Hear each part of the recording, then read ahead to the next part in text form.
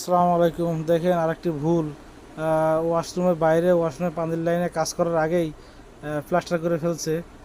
কিছু করার নেই, এখন আমরা গ্রুপ কেটে আবার পানির লাইনে কাজটা শুরু করছি।